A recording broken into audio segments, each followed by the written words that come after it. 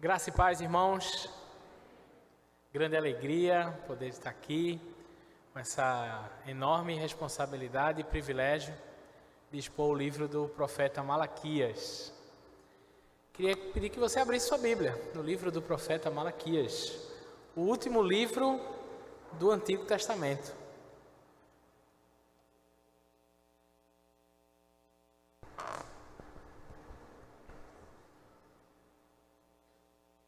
Malaquias, capítulo 1.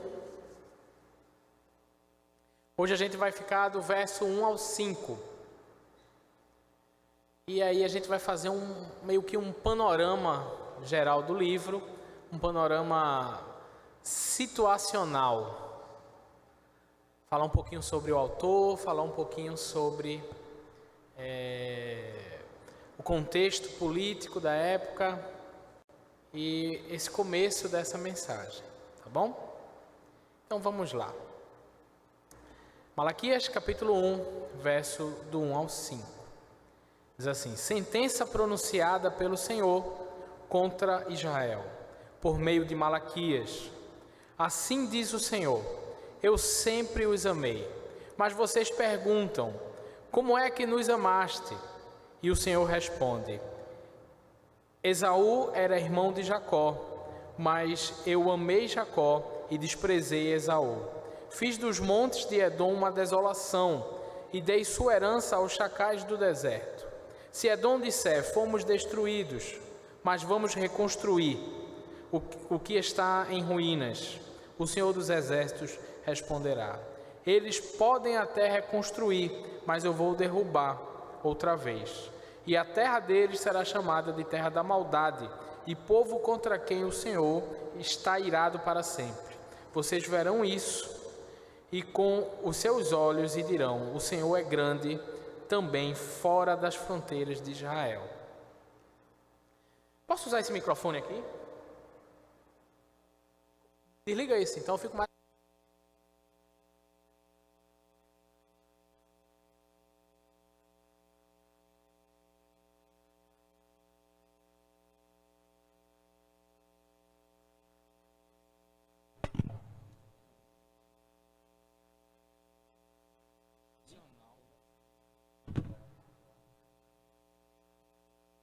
Aí sai.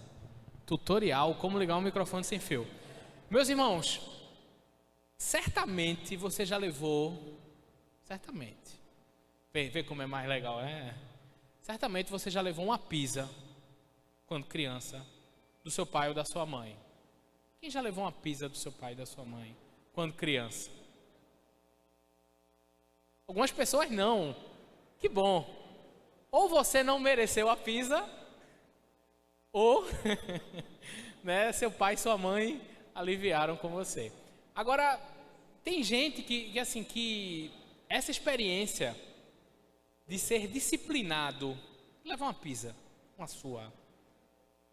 Tem gente que carrega traumas profundos dessa experiência. Pode ser o seu caso. Por exemplo, eu já levei pizza valendo mesmo. Nem trelei, né? Mas, gente, alguém aqui já encontrou, já percebeu, através de uma pizza que o pai deu, ou a mãe, que o pai estava, ou a mãe estava amando você, protegendo você e cuidando de você através da pizza?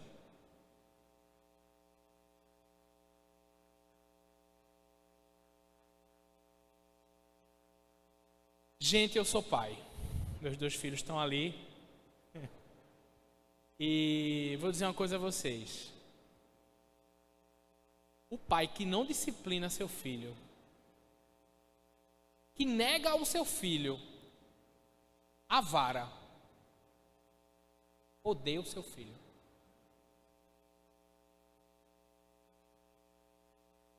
Sabe onde é que está isso? Está na Bíblia. Dá uma olhadinha aí. Provérbios capítulo 13, versículo 24. Se puder ser projetado aqui, vai ser incrível. Olha o que diz aí. Provérbios 13, 24. O que retém a vara odeia o seu filho. Quem o ama, este o disciplina desde cedo. O conceito de Deus de disciplina passa pela vara, gente. E olha como é forte. O que retém a vara odeia o seu filho. Vocês ainda não são pais, acho que a maioria, né? Alguns são pais, mães, mas a disciplina de Deus passa pela vara. Isso não é uma escolha do pai ou da mãe. Eu, como pai, eu preciso somente obedecer a Deus e disciplinar os meus filhos. E às vezes é preciso usar a vara. Porque se eu não fizer isso, eu não estou cumprindo o meu papel de pai. Porque Deus é um pai que ama. E porque Ele ama, Ele disciplina. Apocalipse. Acho que muita gente tem decorado o texto de Apocalipse, capítulo 3, versículo 20. A gente podia recitar sem olhar? Eis...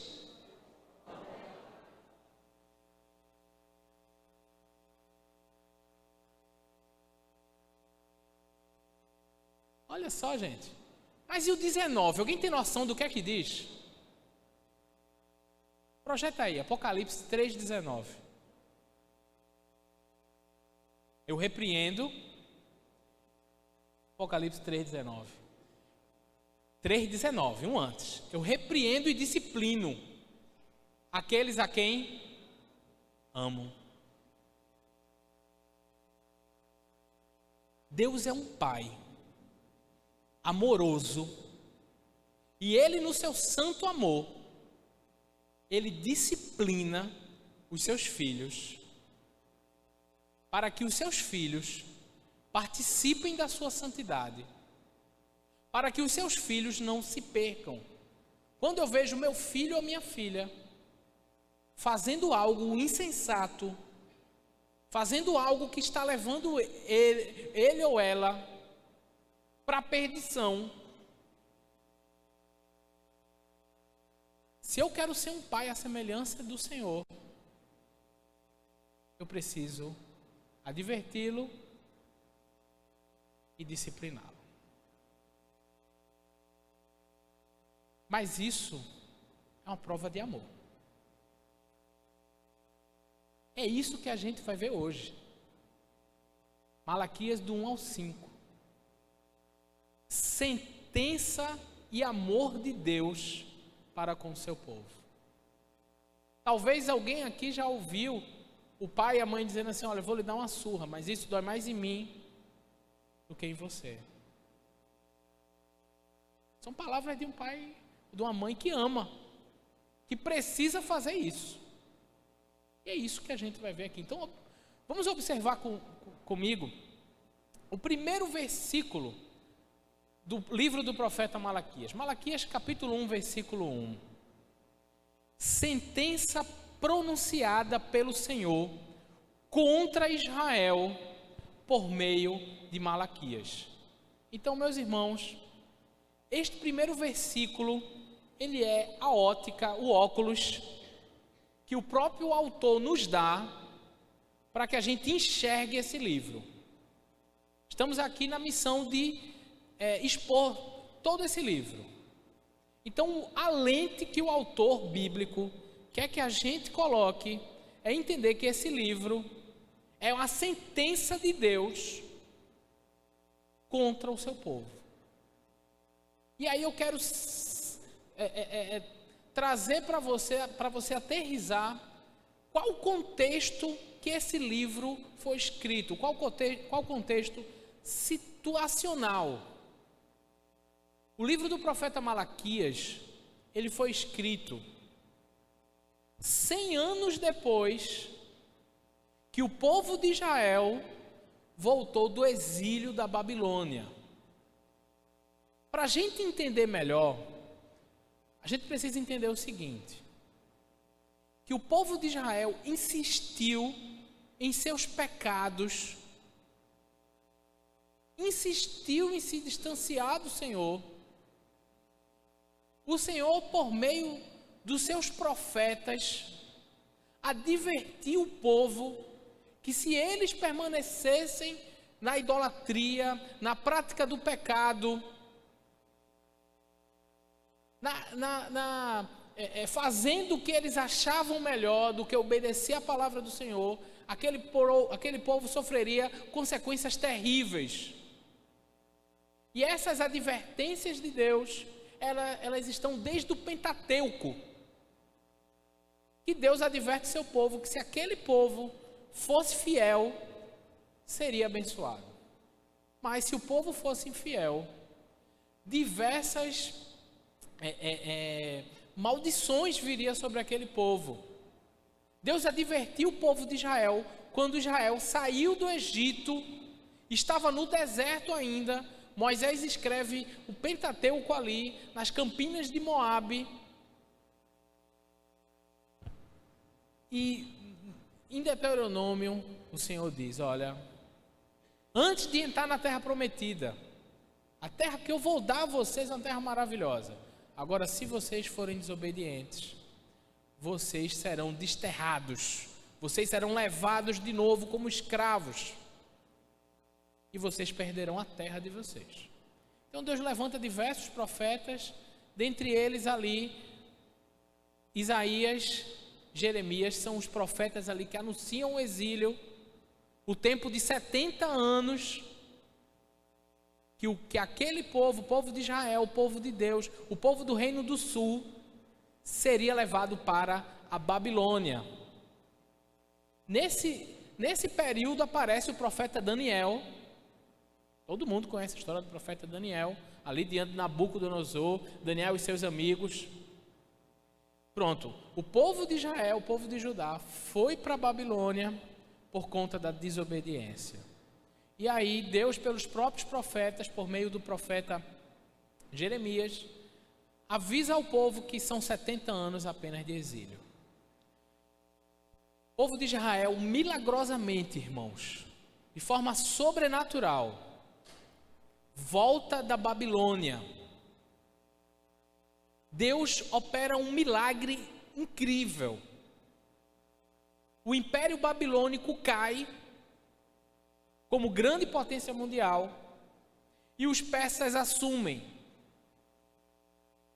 Todo mundo está conseguindo entender o que eu estou falando aqui? Eu estou tentando traçar uma linha histórica, ok? Todo mundo está conseguindo entender? Então, minha gente, o que é que acontece? O povo de Israel, no cativeiro babilônico, recebe a libertação de forma milagrosa. A Babilônia deixa de ser a potência mundial, e aí o Império Persa assume, e milagrosamente os cativos são libertos. Os cativos de Israel são libertos. Por isso que o Salmo 126, por exemplo, diz assim: olha, quando o Senhor restaurou a sorte de Sião, ficamos como quem sonha. Foi como um sonho. Foi um milagre a libertação de Deus. A nossa boca se encheu de riso, a nossa língua de júbilo. Em outras nações se dizia: grandes coisas fez o Senhor por nós. De fato, grandes coisas fez o Senhor por nós, por isso estamos alegres. Porque foi um baita de um milagre. Israel saiu da Babilônia, enquanto outras nações permaneceram cativas ainda. Deus tratou com diferença quem é o seu povo e quem não é. E o livro do profeta Malaquias nos lembra isso. Deus faz a diferença entre quem é o seu povo e quem não é.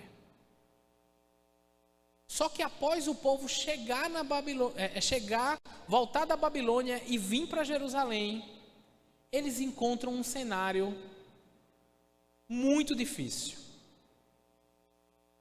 Eu citei para vocês o Salmo 126, do 1 ao 3, que diz que quando o Senhor restaurou a sorte de Sião, ficávamos como quem sonha. Mas o Salmo 126, versículo 4, se puder projetar, É incrível, porque a continuação... Faz o seguinte, põe 1, por favor. 126:1, fica melhor. Quando o Senhor restaurou a sorte de Sião, ficamos como quem sonha. É um salmo que trata da volta dos cativos da Babilônia para Jerusalém. Agora o 4. O primeiro diz, quando o Senhor restaurou a nossa sorte, ficamos como quem sonha. Já o 4 diz assim, restaura, Senhor, a nossa sorte, como as torrentes do Negueb. Então Deus restaurou, Deus libertou os cativos, mas o povo continua pedindo restauração. Por quê? Porque quando o povo sai da Babilônia e vem agora para Jerusalém, eles encontram a cidade completamente destruída. O templo de Salomão destruído. Os muros de Jerusalém destruídos. E aí aparecem profetas, aparecem homens destinados por Deus para reconstruir. Então a gente, se você conhece o livro de Neemias, Neemias fala da reconstrução dos muros de Jerusalém, com muita oposição, no período quando eles voltam do cativeiro. O livro de Esdras fala da restauração do culto. E o livro do profeta Ageu tem uma frase, uma profecia muito comum, que é muito cantada em muitas músicas, que diz que a glória da segunda casa será maior do que a primeira. Olha como vocês sabem, gente. Então, o povo que volta, porque a primeira casa havia sido destruída pelos babilônios. Então, quando o povo volta do cativeiro da Babilônia, Deus levanta pessoas para reconstruir. Só que o povo que antes da Babilônia, antes do cativeiro, tinha rei, hoje não tem mais rei. Eles não são um povo independente, politicamente falando. Então, os primeiros ouvintes de Malaquias não eram um povo, não era uma nação que tinha rei ou tinha governantes próprios. Está dando para entender? Era um povo que precisava pagar tributos altíssimos aos persas. Pagar imposto alto para uma outra nação, para eles não virem ali e acabarem com tudo. Aquele povo que volta do cativeiro da Babilônia, aonde o profeta Ageu disse, olha, a glória da segunda casa é maior que a primeira, o templo que eles reconstroem, em relação ao templo de Salomão, era como se fosse uma capela. Bem simples, bem pequeno. De fato, a glória da segunda casa é maior do que a primeira, porque o próprio livro de Malaquias vai dizer que o próprio Senhor viria àquele templo. É por isso sim, é maior porque o Senhor vem, Jesus Cristo. Mas o templo deles era minúsculo em relação ao templo de Salomão. E 100 anos depois que aquele povo tinha voltado do cativeiro, eles estavam desfrutando um tempo de profundo desânimo espiritual. Eles estavam completamente frios em relação à sua fé. Era um povo, minha gente, religioso, que todo sábado, que nos sábados iam para o templo. Era um povo que continuava com os ritos, que continuava oferecendo sacrifícios, mas que aquilo era só um ritual. Estava longe do coração deles. Todo mundo está conseguindo entender? Gente, entender é fundamental. Alguém não entendeu? Tranquilo, podemos seguir? Beleza. Então, minha gente, Canda, está conseguindo entender? Tranquilo, de boa, beleza. Porque o negócio é entender. Joia? Então, minha gente, o que é que acontece aqui? O Senhor está trazendo a sua sentença de juízo, está disciplinando esse povo que perdeu a fé no Senhor. que fazer as coisas de Deus era somente um ritual. Mas o coração deles estava longe do Senhor. E eles estavam tão desanimados que eles perderam a noção do amor de Deus para com eles. Dá para entender isso? É como se fosse assim, olha, a gente está sofrendo tanto, a gente está levando tanta lapada, o negócio está tão ruim, que parece que Deus esqueceu a gente e que Deus não ama mais a gente não. E outra coisa, viu? As profecias não estão se cumprindo não. Como é que a glória da segunda casa é maior que a primeira se a segunda casa é bem pequenininha? Qual a glória que tem nisso? Então, Deus envia o seu profeta Malaquias, e aí o nome do profeta Malaquias é sensacional, porque Malaquias quer dizer o meu mensageiro, e na profecia de Malaquias aponta para o mensageiro da nova aliança, que é Jesus Cristo, o mensageiro da aliança. É sensacional a profecia de Malaquias. E Malaquias escreve esse livro como forma de diálogo. É um dos únicos livros escrito em forma de diálogo. Ele tem uma estrutura, irmãos, incrível. Deus começa falando, denunciando o pecado do povo. O povo de coração duro refuta Deus. Deus fala, o povo refuta e Deus dá a palavra final. É isso que nós vamos ver aqui a partir do capítulo 2. Então, do versículo 2, se o versículo 1, o profeta põe uma lente nos nossos olhos, que esse livro está tratando de uma sentença de Deus contra o seu povo, e é incrível ver que esse livro termina com a sentença final, sentença do juízo final. A partir do versículo 2 já começamos a ver essa perspectiva da dialética. Olha como está posto o texto. O Senhor diz: eu sempre os amei. Só que o povo faz o quê? Refuta. Mas vocês perguntam: como é que nos amaste? E o Senhor responde: Esaú era irmão de Jacó, mas eu amei a Jacó e aborreci a Esaú. Então, mas desprezei a Esaú. Então, assim, meus irmãos, primeira coisa que a gente precisa entender aqui: não importa o que você esteja passando nesse momento, Deus ama você.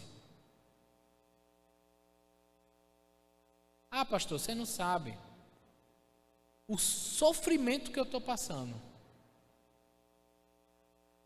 O sofrimento, muitas vezes, é proporcionado pelo próprio Senhor para nos disciplinar, para nos trazer para Ele. No livro do profeta Abacuque questiona por que a nação estava tão corrompida. É um livro pré-exílico, antes do exílio. E Deus vai dizer a Abacuque, vai piorar, porque eu vou trazer os babilônios contra vocês. Eu vou trazer a dificuldade, a disciplina. Irmãos, essa primeira palavra do versículo 1, voltando só um pouquinho, sentença do Senhor, essa palavra também pode ser traduzida por peso. É uma palavra pesada. Deus, no versículo 2, ele fala do amor que tem pelo seu povo. Então, independente da sua luta, independente da sua dificuldade, independente da sua dor, independente do que você esteja passando, Deus ama você. E o amor de Deus não está condicionado às circunstâncias. Muitas vezes nós que não percebemos o amor de Deus.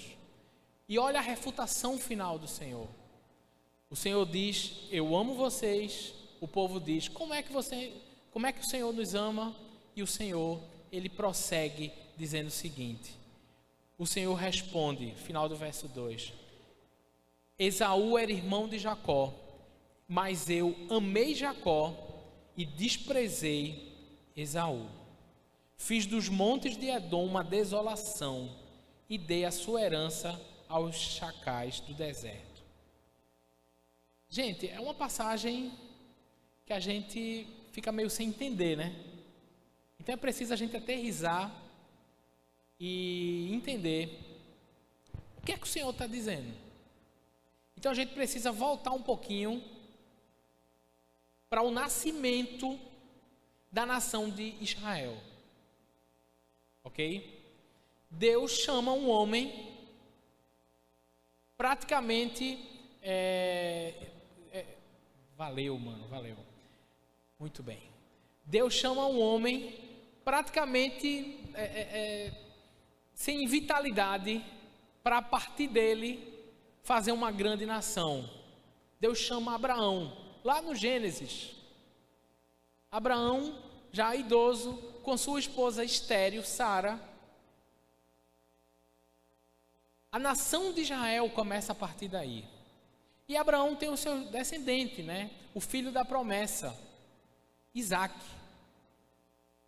E Isaac tem 2 filhos, Esaú e Jacó. Sendo que Deus elegeu o seu povo, um povo específico, para que a partir desse povo ele trouxesse o Messias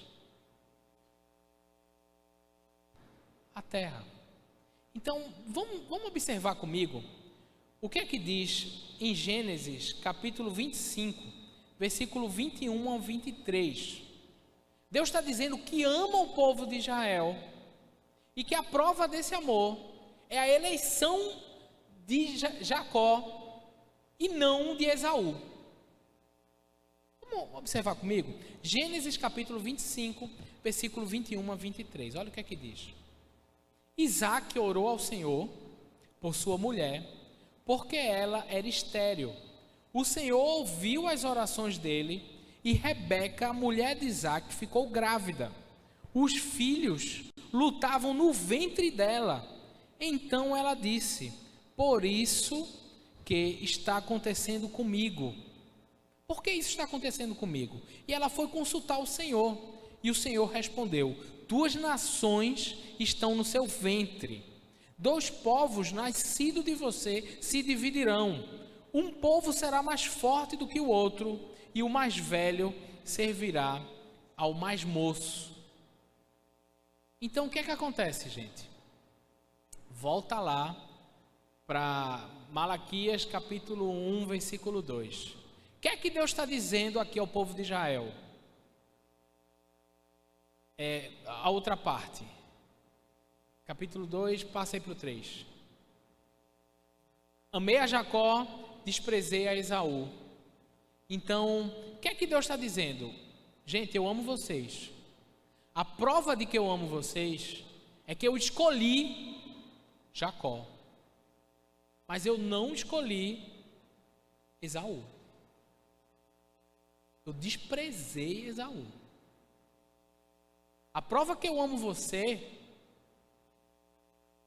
é que você me conhece. Eu me fiz conhecido a você. Eu elegi você. Muitas vezes, gente, a gente passa por perrengue e esquece que o principal da vida nós temos, que é o próprio Senhor. E isso é fruto da graça e da misericórdia dele sobre nossas vidas. Esse texto, irmãos, ele está tratando de eleição de Deus. Sim. Como prova do amor de Deus para com seu povo. E sobre eleição, existe uma série de dúvidas e uma série de polêmicas. Não é verdade? Esse texto ele trata de eleição. Eu não tenho como fugir de eleição falando desse texto. Deus responde: olha, eu amo vocês e a prova é que eu amei a Jacó e desprezei a Esaú. A gente viu que no ventre de Rebeca, os dois estavam o quê? Estavam o quê? Brigando. E o que é que Deus responde a Rebeca quando ela vai orar? Dentro de você tem duas nações. O mais velho servirá ao menor. Então, primeiro é preciso entender uma coisa. Por que Deus escolheu Jacó e não Esaú? Pela graça dele, pelo beneplácito da sua vontade. Ponto. Para que Deus escolheu Jacó e não Esaú? Para cumprir essa profecia aqui. Gênesis capítulo 12, versículo 3. Olha que incrível. Deus falando ao patriarca de Israel, Abraão, dizendo o seguinte: abençoarei aqueles que o abençoarem e amaldiçoarei aquele que o amaldiçoar. Em você serão benditas todas as famílias da terra. Então é muito interessante, é muito importante a gente ter essa visão aqui, gente. Para que Deus escolheu Jacó? Para que Deus escolheu Israel? Para que eles sejam uma bênção para todas as famílias da terra. Como? Porque por meio daquele povo, descendente de Abraão, Isaque e Jacó, viria quem, gente? Jesus Cristo, o Messias, o Filho de Deus, Deus que se fez homem para obedecer no nosso lugar, para morrer no nosso lugar, e por meio dele são abençoadas todas as famílias da terra. Então Deus escolheu a Jacó, Deus escolheu o povo de Israel pela sua eleição incondicional, sim, mas com o propósito de abençoar por meio de Israel todas as famílias da terra. Ok? Falando um pouquinho ainda sobre eleição e tentando desmistificar um pouco essa polêmica. Bem, há mais de 2000 anos existe polêmica, não é com a pregação minha que você vai, né? Mas espero contribuir para o seu coração em relação a isso. Então, veja só. Nós, como batistas, acreditamos em eleição, sim ou não? Batista da convenção tradicional, sim, meus irmãos. Acreditamos sim. No Pacto e Comunhão, que é um documento das igrejas batistas, no ponto 6, fala sobre eleição, sim. Então, eleição é uma doutrina bíblica. E que nós, batistas, reconhecemos isso. Ok, minha gente? Pode ir lá, ponto 6 lá, Pacto e Comunhão, documento batista, pode ir lá, você vai ver o termo, você vai ver tratando sobre eleição de Deus. Simples assim. Então, muitas vezes a gente faz polêmica numa coisa que não precisa ter. Ok? A eleição é bíblica? Claro que é. A gente está lidando com um texto que trata de eleição. A Bíblia trata de responsabilidade humana?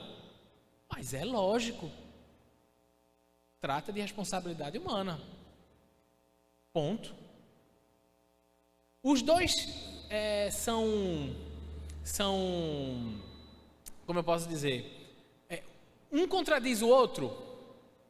Sim ou não? Não. Porque se um contradiz o outro, a Bíblia se contradiz. Logicamente. Existe a eleição divina, que é pela graça, mas existe a responsabilidade humana. Recentemente, eu li um livro sensacional, chamado, acho que muitos aqui leram também, do pastor Jonas Madureira, chamado Inteligência Humilhada. Top, não é? Top das galáxias, né? Então, muita gente não entende como é que Deus elege e se existe a responsabilidade humana.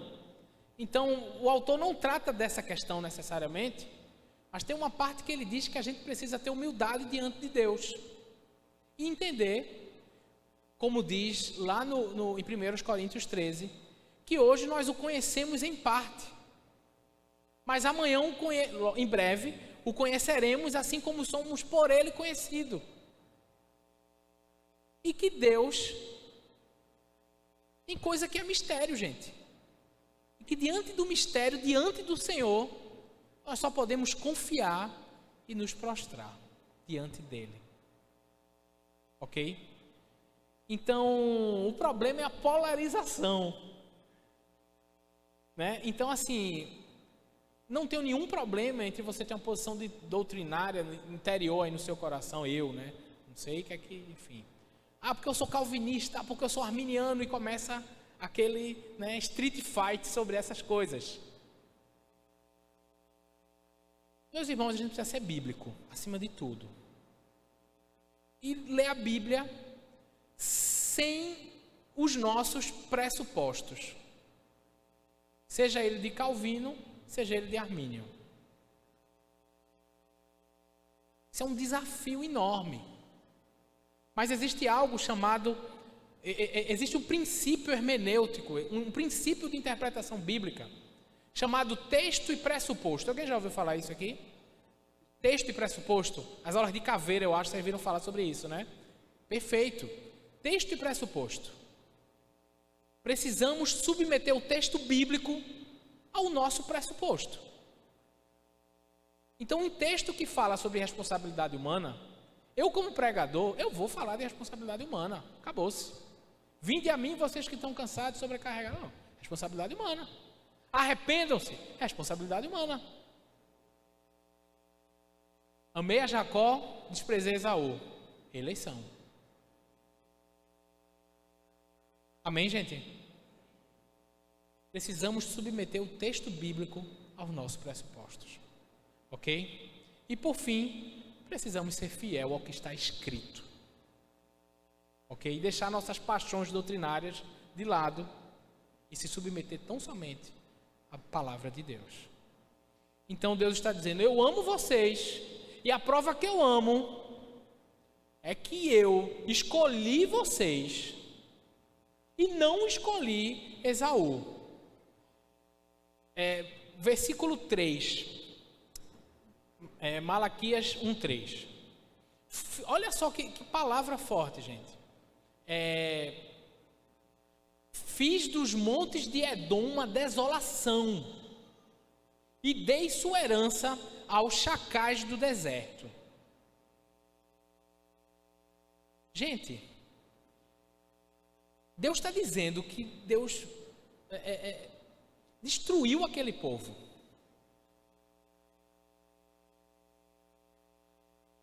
Que aquela nação deixou de existir. E não está dizendo que deixou de existir por acaso, não. Quem foi que fez isso? O Senhor. Fiz dos montes de Edom uma desolação. É o Senhor que está falando aqui. Dei aos chacais do deserto a herança deles.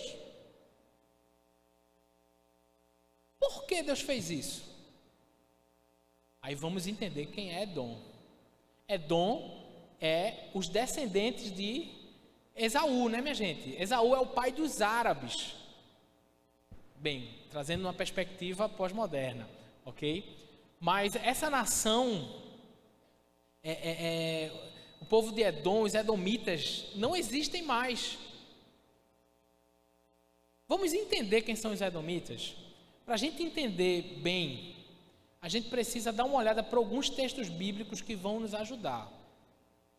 Dá uma olhada aí, Números capítulo 20, versículo 14 a 21, ok? É um texto longo, gente, mas é importante a gente entender isso aí. Então é o seguinte, vou contar aqui a história rapidamente para a gente ler. Quando Israel sai do deserto, quando Israel sai do Egito e vai para o deserto, Israel precisou passar pela terra de Edom. E aí, Edom é uma nação irmã de Israel, filhas de Abraão e Isaque. Só que o povo de Edom bloqueia o caminho para eles não passarem e sai contra Israel. Vamos observar o que é que o texto sagrado diz? Números 20, versículo 14 a 21. Olha o que diz. De Cádiz, Moisés enviou mensageiros ao rei de Edom para dizer-lhe: assim diz seu irmão Israel. Olha o trato de Moisés, né? Assim diz seu irmão Israel: você conhece todas as aflições que nos sobrevieram. Sabe como os nossos pais desceram ao Egito e nós moramos no Egito muito tempo, como os egípcios nos maltrataram, a nós, aos nossos pais. Versículo 16. Clamamos ao Senhor e Ele ouviu a nossa voz. Mandou o anjo e nos tirou do Egito. E eis que estamos em Cádiz, cidade nos confins do seu país. Deixe-nos passar pela sua terra. Não passaremos pelo campo, nem pelas vinhas, mas beberemos a água dos poços. Iremos pela estrada real. Não nos desviaremos nem para a direita nem para a esquerda, até que passemos pelo seu país. Então, gente, com muito trato, Moisés diz assim: olha, vocês são irmãos da gente, deixa a gente passar, a gente só quer passar. Do que a gente beber, a gente vai pagar. Do que a gente comer, a gente vai pagar. Vocês conhecem a aflição da gente. Vocês conhecem que a gente era escravo no Egito. E a gente clamou a Deus e Deus ouviu. Deixa a gente passar, a gente só quer passar. Agora, olha a resposta de Edom. Versículo 18. Porém, o rei de Edom respondeu: não passem por aqui. Se o fizerem, sairei com a espada ao encontro de vocês. Então os filhos de Israel lhes disseram: passaremos pelo caminho principal, e se nós e o nosso gado bebemos das águas de vocês, pagaremos o preço delas. Não queremos outra coisa senão passar a pé. Mas o rei de Edom respondeu: vocês não podem passar. E o rei de Edom veio ao encontro deles com muita gente e com mão forte. Assim os edomitas se recusaram a deixar Israel passar pelo seu país. Por isso Israel se desviou da lei. Gente, povo de Edom é barra pesada. É tipo assim, torcida jovem. Entendeu? Assim, é tipo assim, os caras são dureza. E por fim, gente, Deus levanta um profeta chamado Obadias para trazer juízo, para dar a sentença de juízo contra Edom. Olha o que diz Obadias, capítulo 1, só tem um capítulo também, né? Versículo 10 ao 14, diz assim: o profeta Obadias falando contra os edomitas: por causa da violência feita com seu irmão Jacó, você ficará coberto de vergonha e será exterminado para sempre. No dia em que estranhos levaram os bens do seu irmão Jacó, você estava presente quando estrangeiros entraram pelos portões e lançaram sorte sobre Jerusalém. Você mesmo era um deles. Você não devia ter olhado com prazer para o dia do seu irmão, o dia da sua calamidade. Você não devia ter se alegrado pelo que aconteceu com os filhos de Judá, no dia da sua ruína. Você não devia ter falado de boca cheia no dia da angústia. Você não devia ter entrado pelo portão do meu povo no dia da sua calamidade. Você não devia ter olhado com prazer para o seu mal no dia da sua calamidade. Você não devia ter posto as mãos sobre os seus bens no dia da sua calamidade. Você não devia ter parado nas encruzilhadas para exterminar os que escapassem. Você não devia ter entregado ao inimigo os que escaparam com vida no dia de angústia. O que é que Deus está dizendo aqui? Que quando Israel foi invadida e saqueada, como é que os edomitas ficaram? Achei bom. E não somente isso. Quando escapava um, eles pegavam, você, né, escapou, né? Ó, aqui, ó, tá fugindo aqui, ó. Acaba com ele. Ação ímpia, perversa, inimiga do povo de Deus. Que o Senhor fez o quê? Exterminou. Gente, o Senhor não deixa o pecado impune. O Senhor não deixa a impiedade impune. Começamos vendo que o pecado tem consequência. E o pecado levou Israel para o exílio. E a gente está vendo um povo, 100 anos depois de voltar do exílio, que ainda está sofrendo as consequências do pecado dos seus antepassados. A gente está enxergando aqui que Deus simplesmente não deixa o pecado impune. Deus levanta o seu juízo contra os edomitas por causa da sua maldade. Nem os pecados da igreja, o povo dele, Deus deixou impune.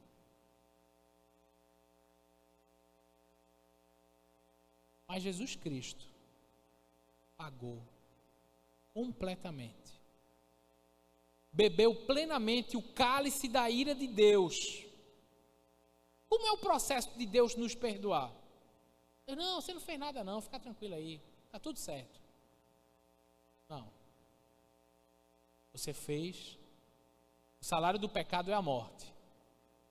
E eu não vou deixar impune. Por sua causa um inocente vai morrer. Jesus Cristo. O pecado de Edom gerou seu próprio fim. Não brinque com o pecado. Se você brincar com o pecado, ele vai levar você para a morte. Ele vai ser o seu fim. Ele vai levar você para o fim, para a morte.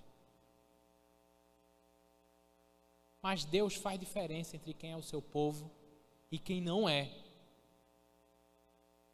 Deus está dizendo, eu amo você. E a prova é que você está aqui.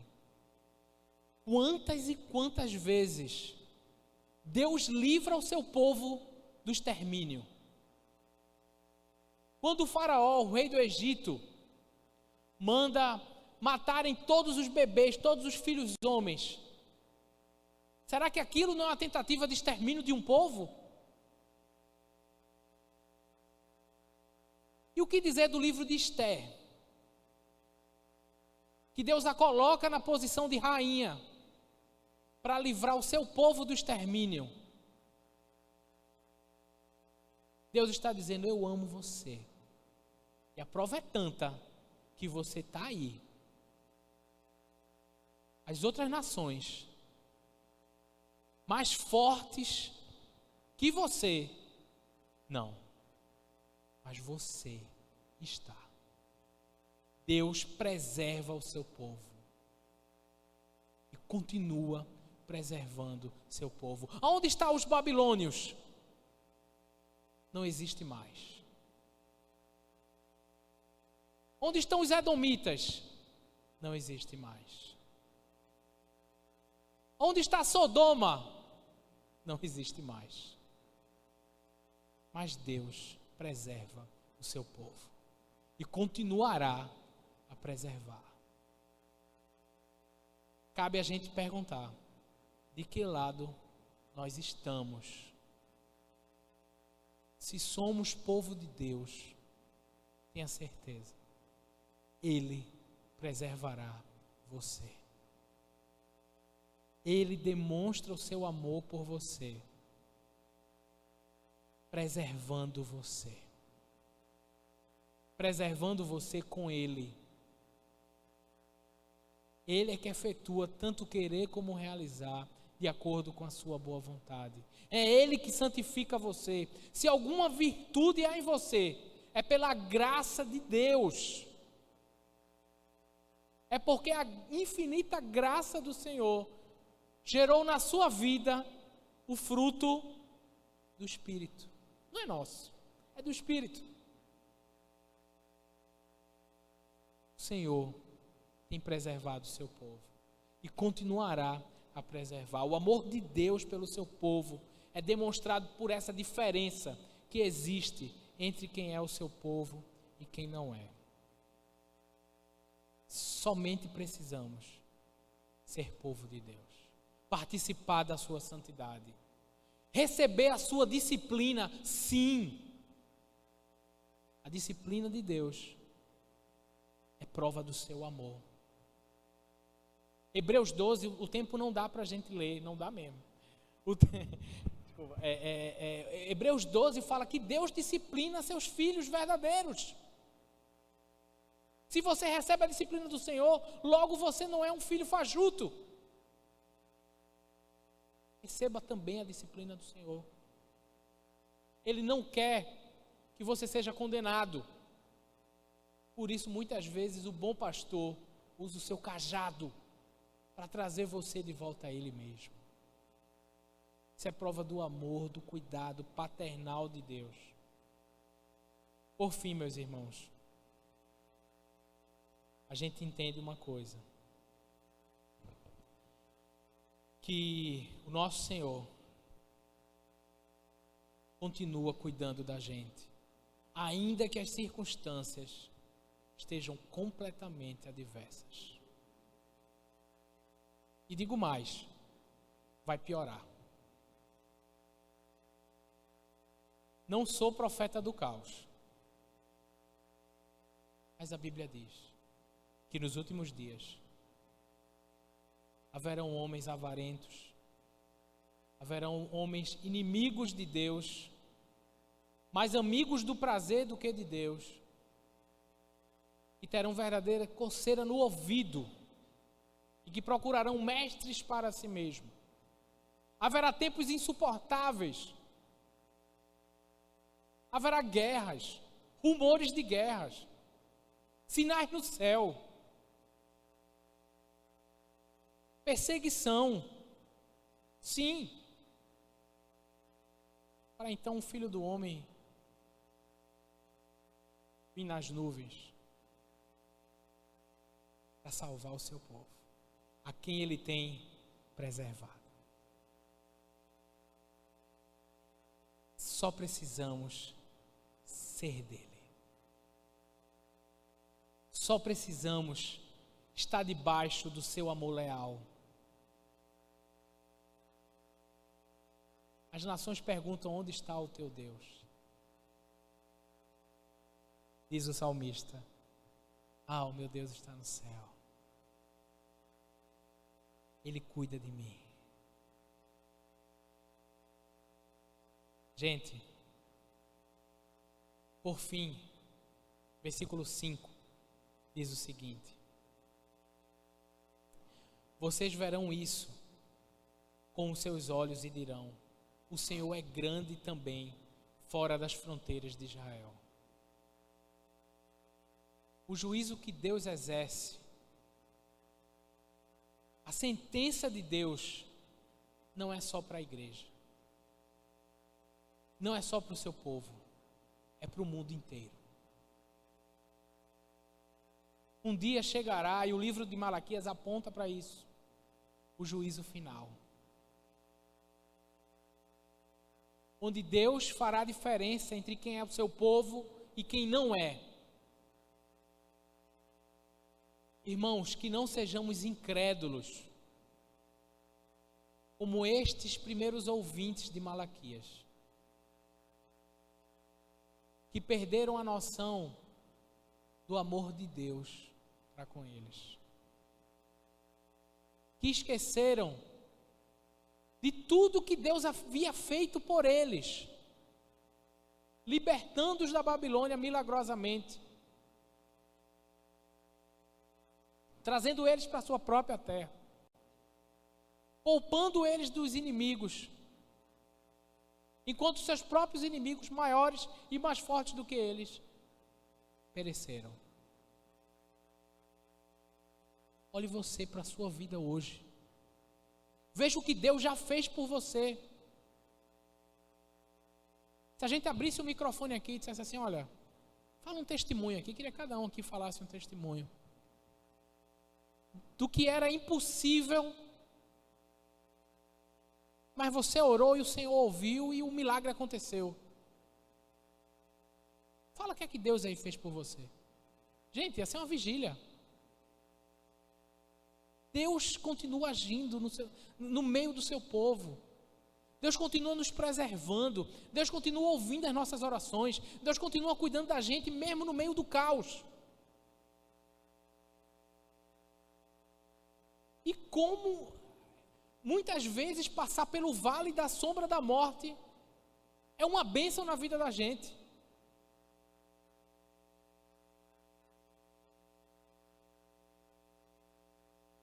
Deus tirou Israel do Egito, da escravidão, e não foi direto para Canaã, não. Passou pelo deserto. E o deserto foi um lugar de grande aprendizado. Foi um lugar de ver a coluna de fogo durante a noite. Desfrutar da nuvem que dava sombra durante o dia. De aprender a depender totalmente de Deus, com o maná que vinha do céu. E todo dia era novo.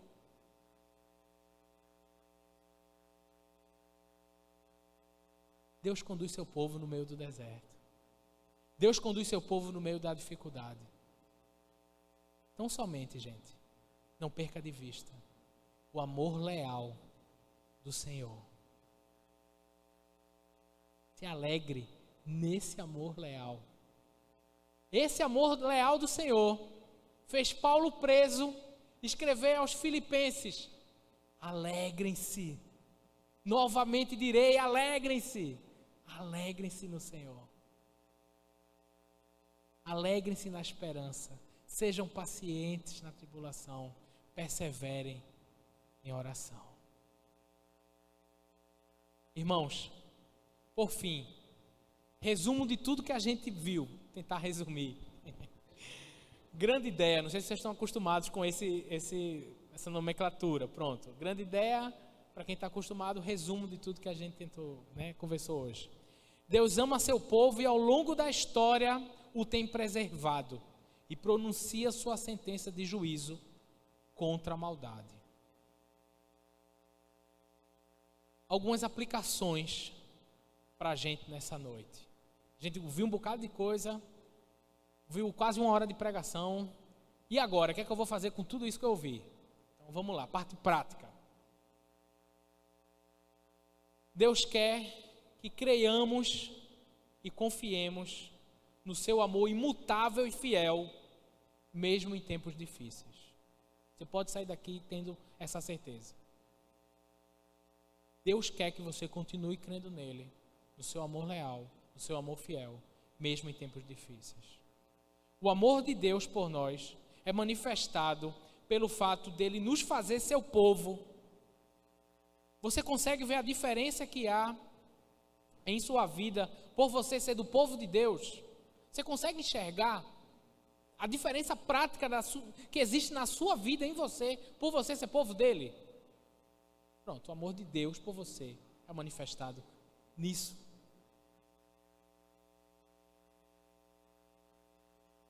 O Senhor traz sua sentença de juízo por causa do pecado e maldade. Qual pecado você precisa abandonar?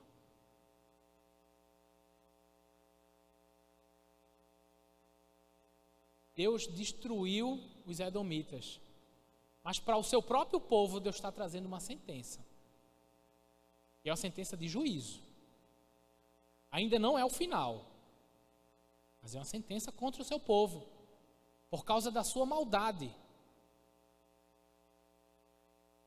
E qual pecado hoje você precisa abandonar, confessar ao Senhor, pedir a Deus misericórdia? Deus não deixa o pecado impune.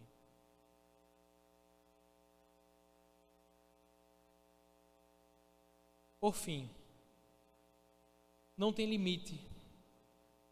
Não limite o poder de Deus. Deus é grande para além dos limites de Israel. Deus é grande e poderoso para fazer o que quiser. Não há impossível para o Senhor. O texto termina dizendo que Deus é grande além das fronteiras de Israel. Não há limite para o Senhor agir. Não limite o poder de Deus. Creia. Tão somente creia. O Deus da igreja é o Deus também que se levantará e julgará o mundo. E que todo olho verá, toda língua confessará. Diante dele todo joelho se dobrará. Por fim, meus irmãos, Deus continua demonstrando seu amor por nós, nos preservando por meio de Jesus.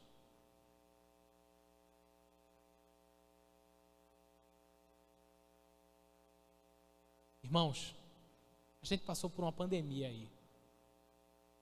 Talvez muitos não sobreviveram. Talvez não, muitos não sobreviveram. Talvez muitos dessa igreja não sobreviveram. Mas nós estamos aqui. Mas nós sabemos que no dia que a gente for para Ele, estaremos com Ele. E ainda assim seremos preservados. Porque Ele nos ama. E Ele preserva o seu povo. Para além dessa vida.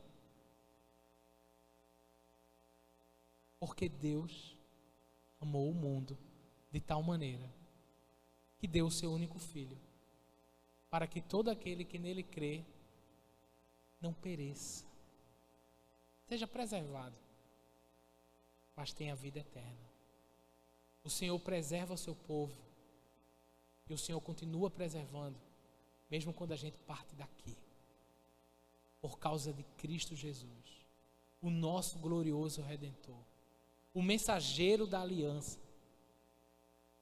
que sobre si, no madeiro, levou o nosso pecado. Deus não deixou o nosso pecado impune, mas Ele pagou totalmente.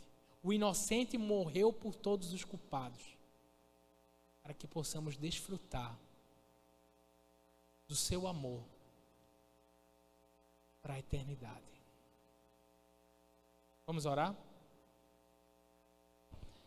Obrigado, Senhor, pelo teu amor. Obrigado pelo teu perdão.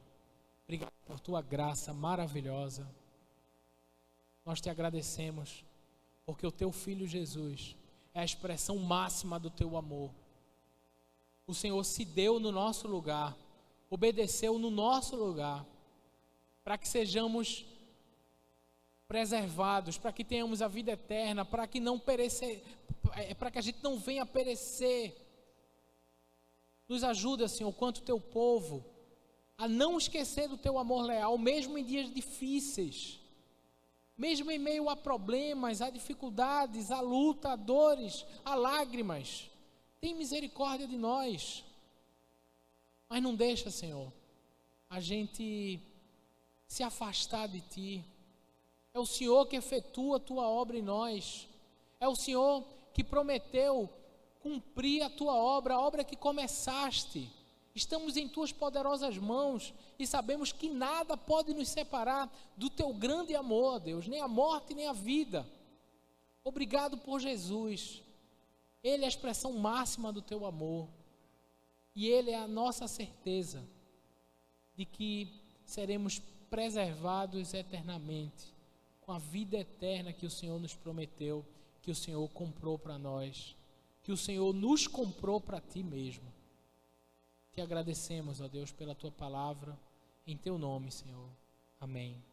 Amém.